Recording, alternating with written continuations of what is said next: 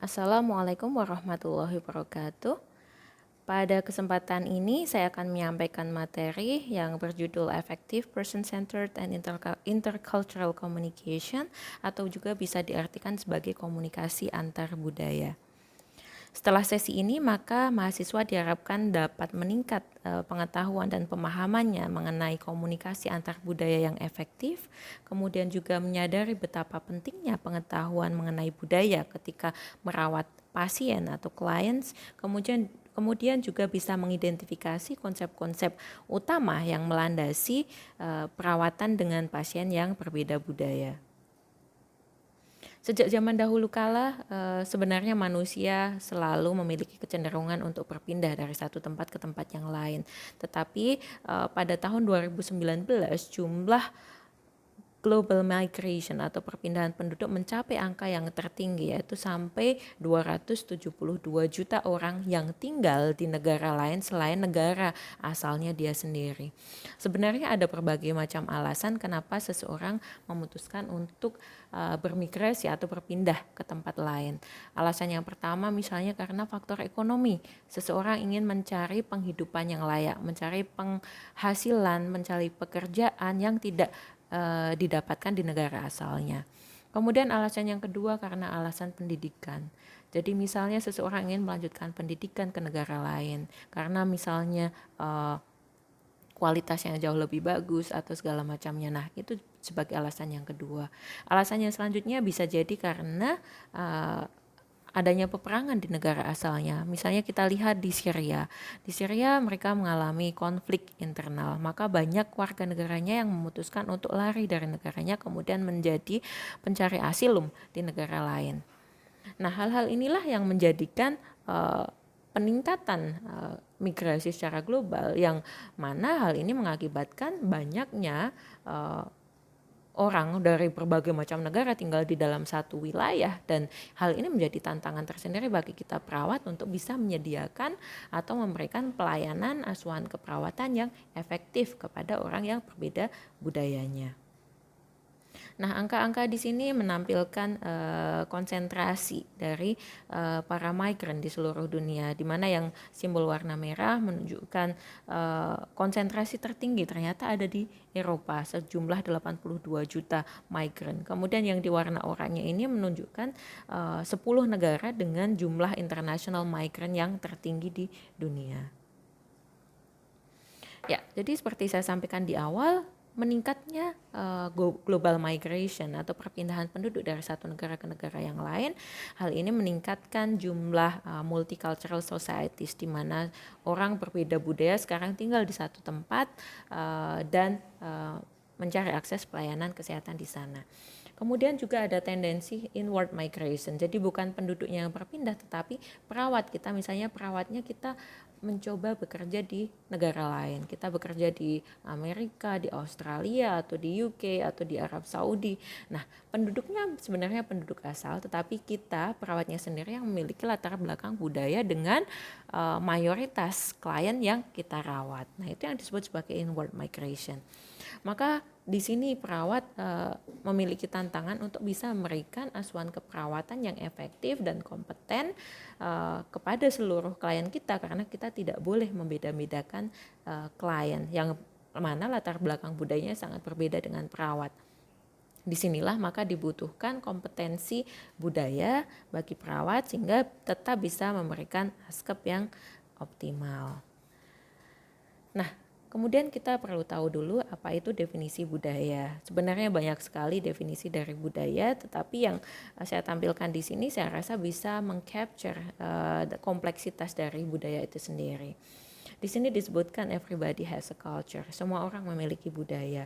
Budaya itu adalah satu paket kesatuan dari tradisi, simbol, nilai-nilai, bahasa, atau bentuk-bentuk komunikasi yang lain yang menjadikan kita menjadi suatu bagian dari suatu komunitas.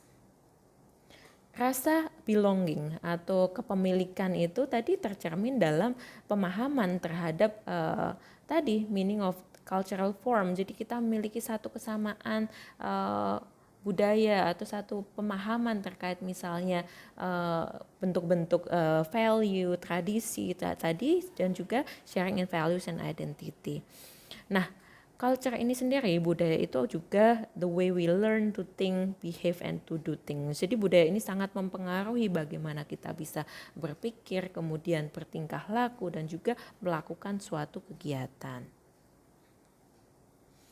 Nah, di sini ada beberapa konsep utama dari perawatan intercultural atau antar budaya. Yang pertama adalah cultural awareness, kemudian cultural sensitivity, ketiga cultural knowledge, cultural competence, and cultural safety. Satu persatu akan kita kupas definisinya di slide selanjutnya. Nah, yang pertama adalah cultural awareness. Apa sih yang dimaksud dengan kesadaran budaya ini? Jadi kita sebagai perawat, kita harus sadar atau merasa alert kepada potensi-potensi perbedaan budaya dari klien kita yang harus kita pertimbangkan ketika kita sedang mengkaji pasien dan juga sedang melakukan care management. Apa bedanya dengan cultural sensitivity? Jadi, cultural sensitivity is an interpersonal relationship between the patient and nurse. Jadi, hubungan interpersonal antara perawat dan klien sebagai sebuah hubungan yang setara atau equal yang harus melibatkan atau harus mencakup rasa percaya, penerimaan, penghormatan, serta juga fasilitasi dan negosiasi. Nah, kemudian ada cultural knowledge. Cultural knowledge ini having information and understanding of various cultures. Jadi kita memiliki informasi dan pemahaman terkait berbagai macam budaya yang memungkinkan seorang perawat untuk merasa lebih alert, aware terhadap perbedaan budaya.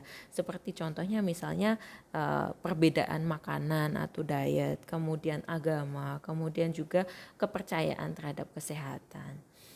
Kemudian apa yang dimaksud cultural competence? Cultural competence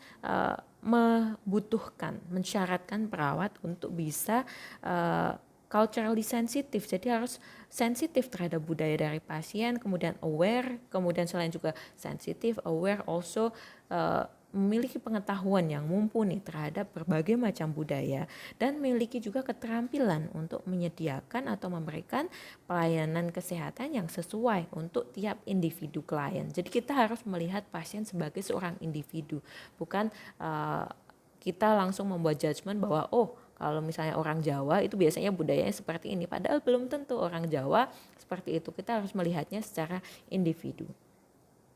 Kemudian yang terakhir adalah cultural safety. Nah, ini concern with the patient's experience of healthcare services. Jadi, and in relation to nursing is the effective nursing of a person or family from another culture and is determined by that person or family. Jadi ini melihat bagaimana pengalaman pasien terhadap pelayanan kesehatan hubungannya dengan keperawatan adalah the effective nursing of a person or family from another culture and is determined by person or family. Nah, kemudian effective intercultural communication. Sudah ada berbagai macam literatur yang mengupas tentang komunikasi intercultural. Nah, salah satunya adalah Leiningers. Jadi teorinya Leiningers tentang transcultural nursing yang sudah kita kupas di semester sebelumnya. Kemudian perawat harus mempertimbangkan bagaimana budaya mempengaruhi pengalaman seseorang terhadap kesehatan, terhadap penyakit, terhadap kematian. Nah, kemudian komunikasi ini menjadi hal yang sangat esensial, hal sangat penting ketika memberikan pelayanan kesehatan yang berbeda budaya.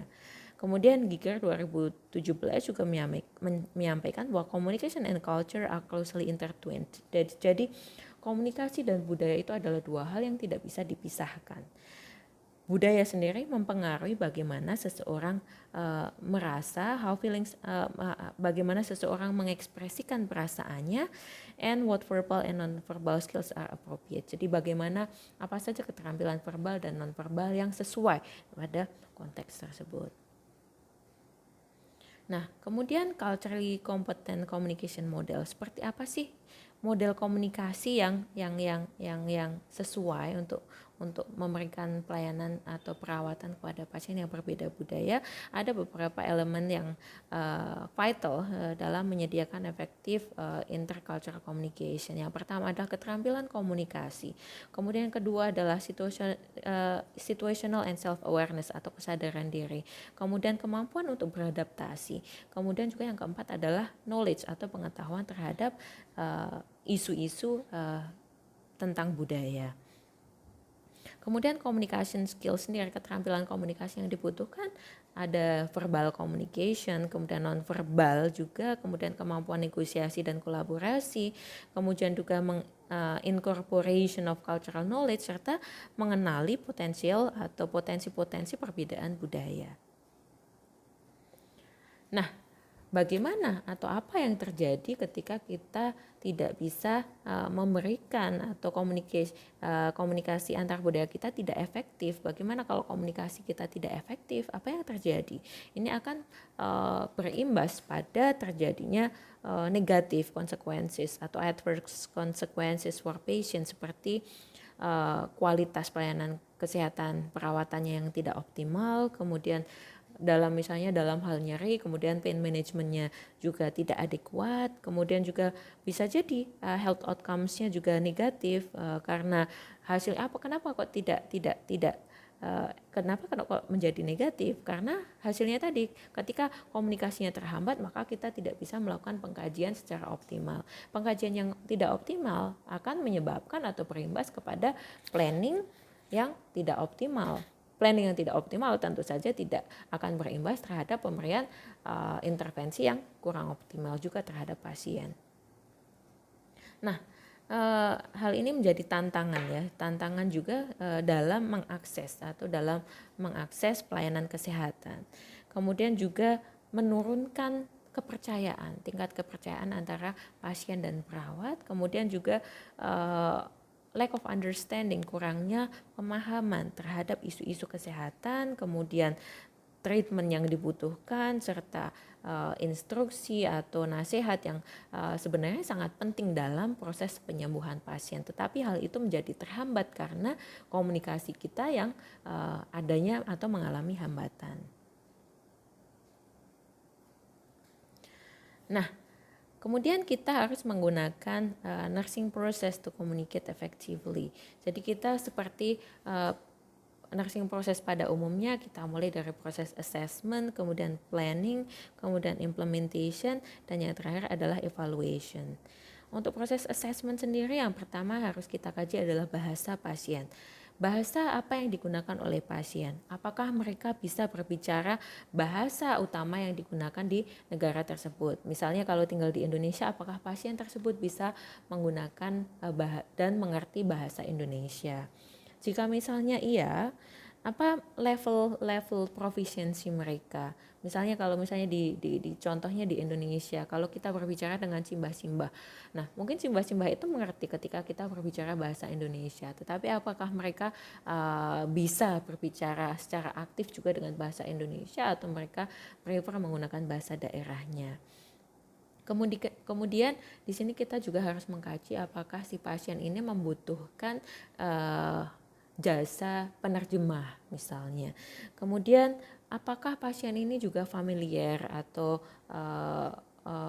dengan istilah-istilah slang, atau kalau kita istilahnya anak muda, kita ada bahasa-bahasa gaul atau slang itu, apakah nanti pasien itu bisa mengerti hal tersebut.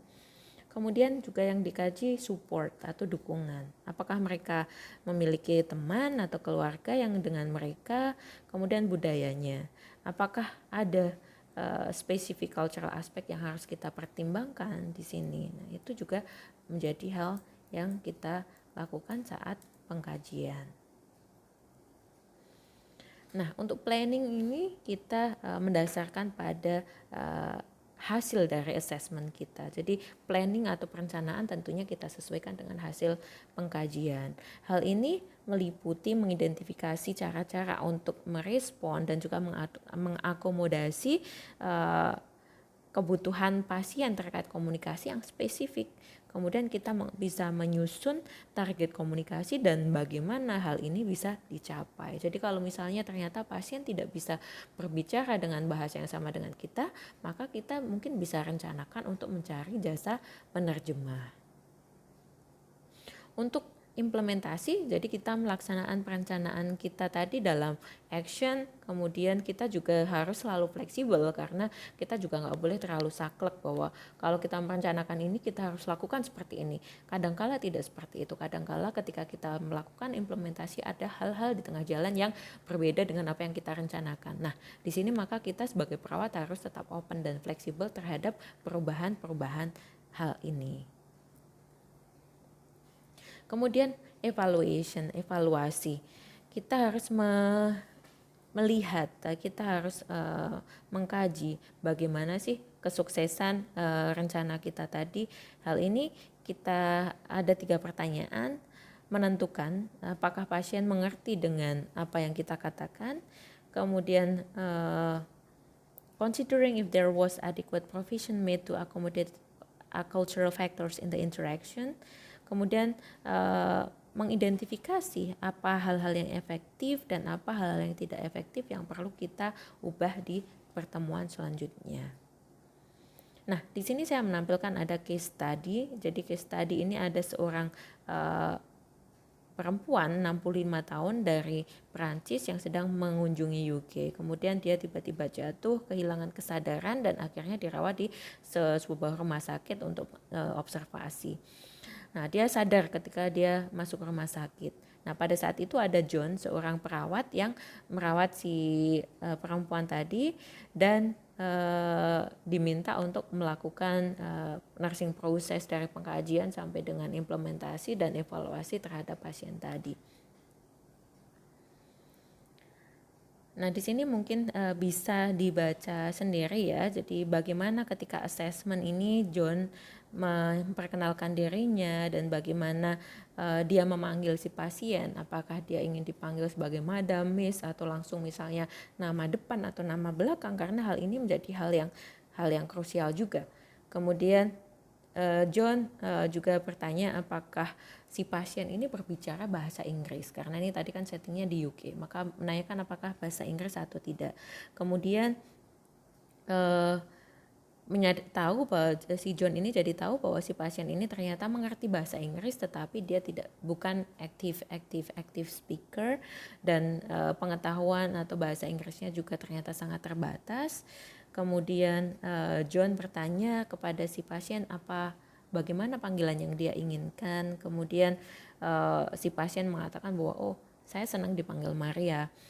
Nah, kemudian dari hasil observasi terhadap ekspresi wajah dan tangan dari si Maria, dari terlihat khawatir, kemudian tangannya juga agak gemetaran, John yakin bahwa Maria ini ternyata sedang mengalami kecemasan. Maka dia juga menanyakan bagaimana perasaan atau apa yang sedang dirasakan oleh Maria. Tetapi dia tidak dapat mendapatkan jawaban yang sesuai karena Maria tidak bisa berbahasa Inggris secara aktif. Nah, kemudian di tahapan planning ini kemudian John membuat prioritas untuk meyakinkan Maria bahwa serta berupaya supaya dia bisa menjawab pertanyaan-pertanyaan Maria. Mungkin di sini bisa saya skip ya dan bisa silakan dibaca sendiri, kemudian diimplementasinya juga dan dievaluasinya nanti silakan dibaca di slide. Nah, mungkin langsung di sini kita ke cultural knowledge atau pengetahuan tentang budaya. Memiliki pengetahuan tentang budaya memungkinkan seorang perawat untuk mengecek apakah informasi yang mereka miliki terkait kepercayaan budaya atau praktek-praktek budaya itu berhubungan terhadap kesehatan si pasien. Kemudian contohnya lagi, misalnya ada pengetahuan hal budaya ini berbagai macam bentuknya, jadi comes in many forms. Yang pertama misalnya orang yang berusia tua di beberapa setting, di beberapa tempat dianggap sebagai seseorang yang dihormati dan sangat harus dihormati.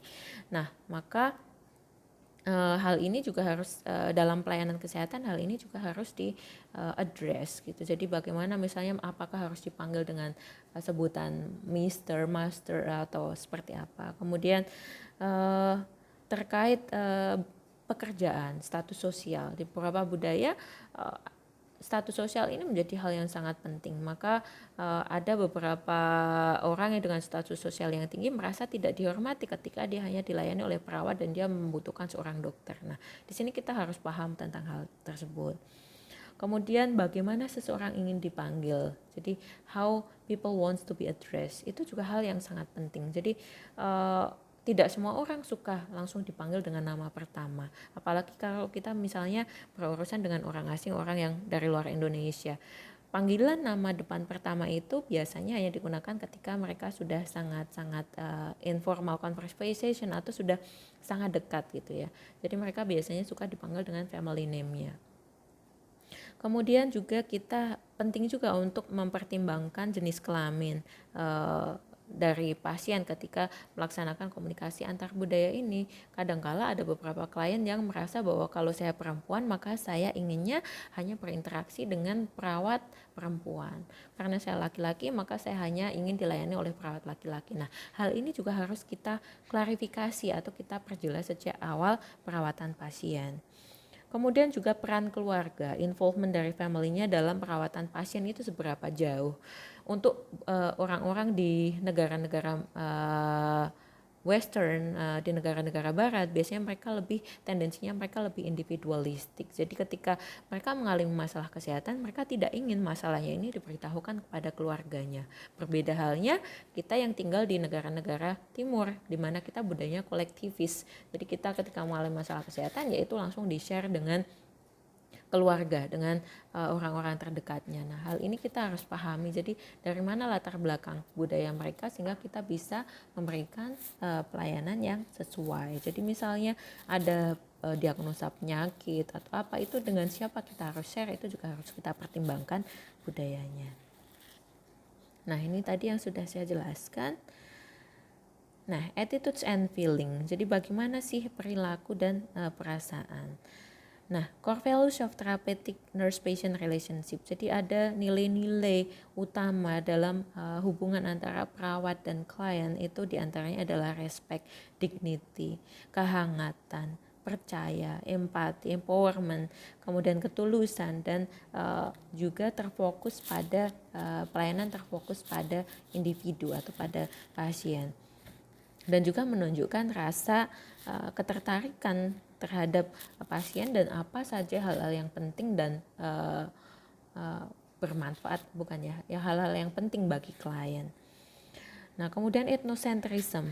Ethnocentrism itu adalah merasa bahwa budayanya adalah yang paling baik di antara budaya yang lain. Merasa bahwa, budaya saya itu yang paling baik. Nah, hal ini menjadi salah satu hambatan utama dalam komunikasi antar budaya karena bisa menimbulkan bias, kemudian juga prejudice, kemudian juga stereotyping dan diskriminasi. Nah, makanya membangun self awareness itu dapat memberikan perawat atau menjadikan perawat untuk mampu mengidentifikasi nilai-nilai personal mereka serta nilai-nilai kepercayaan mereka dan bagaimana hal ini mungkin bisa mempengaruhi kemampuan mereka untuk berkomunikasi dan juga memberikan pelayanan yang efektif. Nah, maka di sini sebagai perawat kita perlu selalu mempraktikkan refleksi atau reflective practice. Jadi bagaimana kita melihat diri kita, merefleksikan apa yang sudah baik, apa yang perlu diimprove dan segala macamnya. Nah, kemudian tadi salah satu hal utama atau konsep utama dalam komunikasi antar budaya adalah kemampuan atau keterampilan komunikasi. Keterampilan komunikasi ini terbagi dalam keterampilan komunikasi secara verbal. Jadi ketika berkomunikasi secara verbal, kita perlu menggunakan bahasa dan kata-kata yang mudah dan bisa dimengerti secara sederhana. Kemudian juga bisa menggunakan gambar dan gestures. Kemudian juga mengatur kecepatan berbicara, apakah terlalu cepat, terlalu lambat. Nah, itu juga harus diatur. Kemudian meyakinkan bahwa pronunciation, pengucapannya jelas. Kemudian menggunakan repetisi pengulangan dan paraphrase. Dan juga menggunakan open and close question jika dibutuhkan. Nah, pertanyaannya sekarang, ketika kita berkomunikasi dengan pasien yang beda budaya, apakah kita selalu butuh penerjemah? Kalau misalnya butuh, itu siapa yang harus jadi penerjemah dan kapan kita membutuhkannya? Nah, kita membutuhkan penerjemah jika pasien yang kita hadapi berbicara bahasa yang kita pakai terbatas, sangat terbatas. Misalnya ada pasien turis asing yang datang ke Indonesia, kemudian kita perawat hanya bisa bahasa Jawa dan bahasa Indonesia, kita tidak bisa bahasa Inggris misalnya. Nah, maka kita membutuhkan seseorang yang bisa mentranslatekan apa yang dikatakan oleh klien kita tadi, si turis ini, ke kita. Nah, ini juga tidak direkomendasikan untuk perawat menggunakan jasa penerjemah dari keluarga pasien itu sendiri. Karena apa? Karena di sana konfidensialitas atau kerahasiaan dari pasien tadi bisa terancam. Jadi karena tadi seperti saya sampaikan di awal, ada beberapa pasien yang tidak ingin penyakitnya diketahui oleh keluarganya. Nah, kalau kita menggunakan jasa penerjemahnya dari keluarga, nah otomatis kerahasiaan ini tidak bisa kita jaga. Kemudian juga akurasi dari terjemahannya juga tidak bisa dijamin. Kemudian yang kedua, anak-anak juga sebaiknya tidak kita minta untuk menjadi penerjemah karena mereka mungkin saja belum mengerti informasi atau belum mengerti bahasa-bahasa yang lebih teknis terkait perawatan kesehatan. Jadi nanti terjemahannya bisa miss atau kurang sesuai. Kemudian kalau kita misalnya memiliki rekan yang bisa bahasa Inggris, bahasa Indonesia, apakah mereka bisa kita pakai sebagai penerjemah? Nah, kalau dari literatur mengatakan itu juga tidak direkomendasikan karena apa? Sebenarnya bisa, tetapi ini tidak ideal karena mereka tidak memiliki pelatihan atau training yang formal sehingga mungkin saja skills atau keterampilan mereka dalam menerjemahkan itu ternyata masih kurang sehingga informasi yang diterjemahkan juga menjadi tidak akurat atau kurang akurat. Nah, maka idealnya penerjemah yang formal itu yang kita pakai dalam proses penerjemahan bahasa. Nah, ketika misalnya kita menggunakan seorang penerjemah formal, maka perawat itu bagaimana sih? Apakah berbicara dengan penerjemahnya ke pasien atau seperti apa?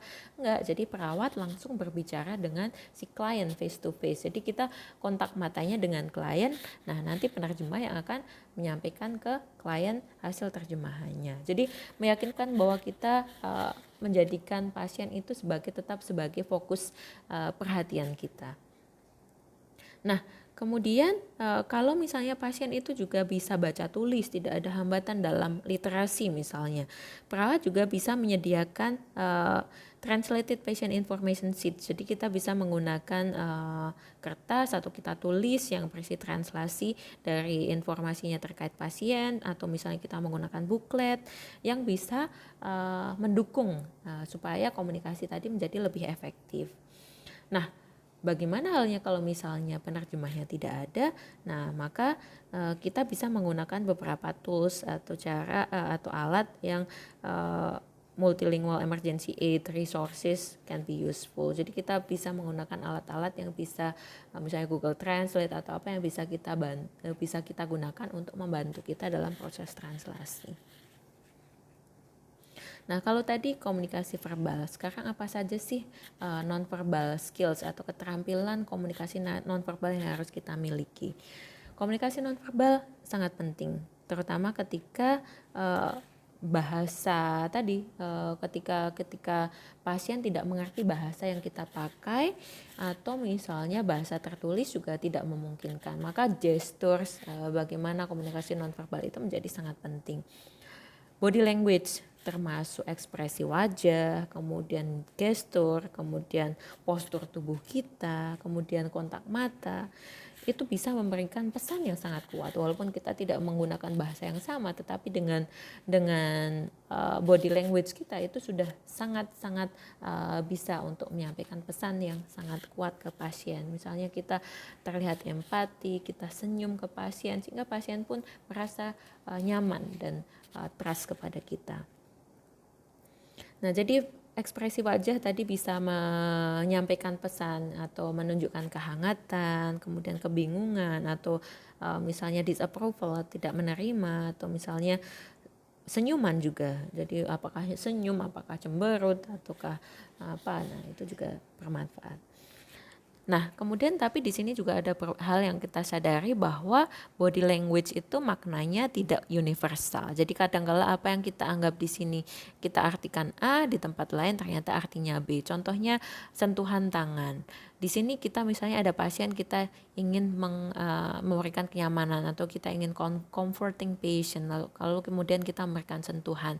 Ternyata ada pasien yang menganggap hal itu bukan comforting, tetapi ada justru itu tindakan yang kurang sesuai. Nah, hal ini kita juga makanya kita harus memiliki cultural knowledge yang sesuai. Nah, kemudian konsep of territoriality. Jadi bagaimana sih teritori pasien? Jadi misalnya pasien dirawat di rumah sakit, kemudian mereka membawa benda-benda yang diletakkan di meja atau di samping tempat tidur. Nah, kalau misalnya kita pindahkan, nanti pasiennya akan tersinggung atau enggak, atau seperti apa. Nah, jadi hal-hal seperti ini juga kita tidak bisa langsung asal memindah-mindahkan benda-benda pasien yang dimiliki oleh pasien. Nah, kesimpulannya, perawat merawat pasien dari berbagai macam latar belakang budaya yang berbeda dengan bahasa yang juga berbeda. Maka untuk mampu berkomunikasi secara efektif dengan pasien yang datang dari berbagai macam latar belakang budaya tadi, merupakan hal yang sangat krusial, sangat penting bagi perawat. Nah, ada beberapa tadi konsep-konsep yang sangat penting dalam pemberian atau pelaksanaan komunikasi antar budaya, misalnya tadi cultural knowledge, cultural sensitivity, cultural awareness, cultural safety yang harus dimiliki oleh perawat. Kemudian ada 3 area utama, tadi cultural knowledge, attitudes and feelings, serta communication skills yang perawat bisa refleksikan serta bisa asah skillsnya untuk bisa memperbaiki 3 area tadi ya, untuk bisa memberikan perawatan pada pasien beda budaya secara efektif. Berikut kemudian referensinya. Saya rasa itu saja untuk kuliah hari ini. Terima kasih atas perhatiannya. Selamat belajar. Wassalamualaikum warahmatullahi wabarakatuh.